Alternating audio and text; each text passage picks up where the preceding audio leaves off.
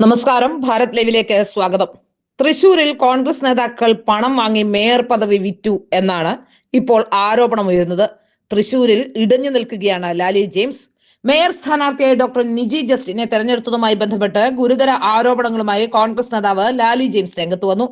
Niji Justin മേയറായത് പണം നൽകിയാണ് എന്ന അഭ്യൂഹമുണ്ടെന്ന ഗുരുതര വെളിപ്പെടുത്തലാണ് ലാലി ജെയിംസ് നടത്തിയത്. കെ.സി. വേണുഗോപാലിന്റെ ഗ്രൂപ്പിൽപ്പെട്ട തൃശൂർ ജില്ലയിലെ നേതാക്കൾക്കാണ് പണം നൽകിയതെന്നാണ് അഭ്യൂഹമെന്നും ലാലി ജെയിംസ് വെളിപ്പെടുത്തുന്നു. നിയുക്ത മേയർ നിജി ജസ്റ്റിനും ഭർത്താവും പെട്ടിയുമായി AICC നേതാക്കളെ പോയി കണ്ടു. തന്നെ പാർട്ടി മേയർ സ്ഥാനത്ത് പരിഗണിക്കാത്തത് പണം നൽകാനില്ലാത്തതുകൊണ്ടാണെന്നും ലാലി പറയുന്നു. വൈറ്റ് കോളറായി കടന്നു വന്നതല്ലാതെ പാർട്ടിയുടെ ഒരു സമരമുഖങ്ങളിലും നിജി ജസ്റ്റിൻ ഉണ്ടായിരുന്നില്ല.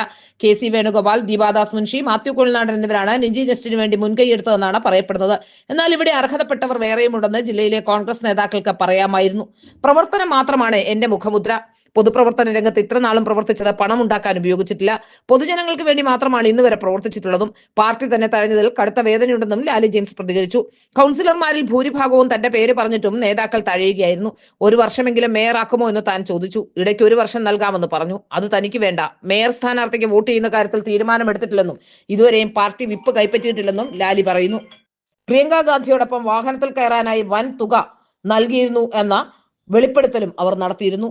ഏതായാലും ഇതൊക്കെ നിലനിൽക്കുമ്പോഴും അവിടെ ഇപ്പോഴും പണം തന്നെയാണ് തൃശൂരിൽ പ്രധാനപ്പെട്ട വില്ലനാകുന്നത് എന്ന് ലാലി ജെയിംസ് പറഞ്ഞു വെക്കുമ്പോൾ രാഷ്ട്രീയത്തിൽ പണത്തിനാണോ പ്രാധാന്യം എന്ന ചോദ്യം കൂടി ഉണ്ടാവുന്നുണ്ട്.